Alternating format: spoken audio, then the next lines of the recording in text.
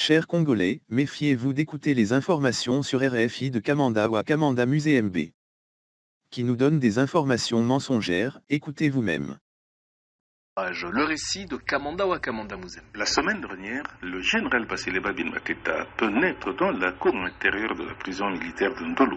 L'officier s'arrête devant l'administration de cet établissement pénitentiaire. Il sollicite d'aller remettre en main propre un colis au détenu Christian Kenga Kenga, condamné à mort pour le double meurtre le 1er juin 2010 de Floribert Chebeya et Fidel Bazana, expliquent des témoins. Méfiant, le directeur de la prison exige de déballer d'abord le paquet, mais le général s'empresse de repartir abandonnant le colis entre les mains des responsables de la prison. Ceux-ci invitent alors l'avocate du destinataire pour assister au dépaquetage. Et s'excuse, le directeur associe son adjoint à l'opération et ensemble, ils vont de faire le colis devant un OPJ, assurent les mêmes témoins.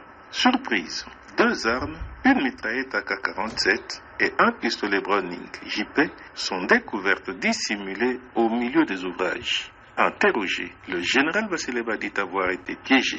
Son avocat affirme que les relations sont tendues entre le général et ses collègues de service. Mais, selon de nombreux autres observateurs, les armes étaient destinées à préparer une évasion de Christian Kenga Kenga. Kamanda ou à Kamanda Muzembe, Kinshasa et RFI. Une précision, le général Basileba n'a jamais parlé avec Kamanda ou à Kamanda Musée MB au téléphone. La RFI perd sa crédibilité et n'aspire plus confiance quand elle diffuse les mensonges au grand jour par son journaliste Kamanda ou à Kamanda Musée MB.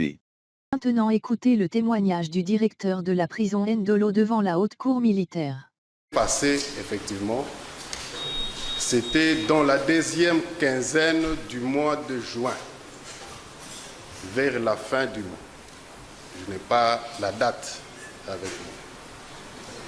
J'ai vu le général venir à la prison, comme toujours, accompagné de son gars de Dicor. Cette fois-là, son gars de Dicor transportait 2 sacs, l'un de couleur rouge, l'autre de couleur noire. Lorsqu'il est entré au bureau, je me suis levé, je l'ai salué respectivement. Il me dira ceci: commandant, je viens avec ces colis qui appartiennent au détenu Kenga Kenga. Oui. Tu pourras les lui remettre.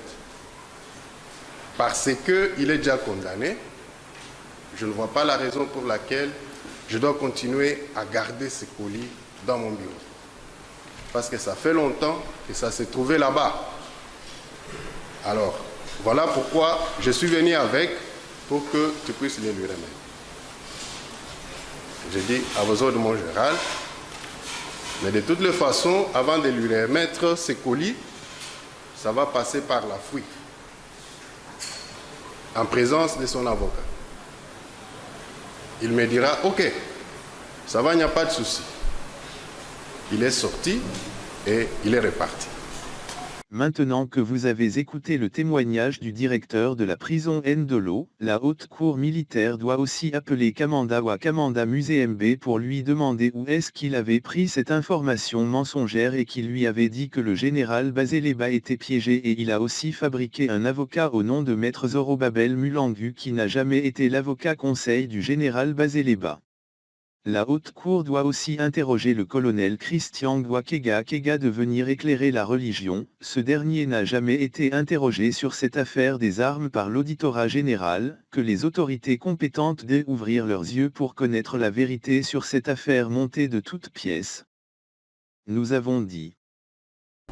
Je ne suis vraiment pas satisfait du bilan, jusqu'ici en tout cas, récolté dans la justice. J'ai beaucoup compté sur le pouvoir parce que je me dis, comme dans la Bible, c'est la justice qui élève une nation.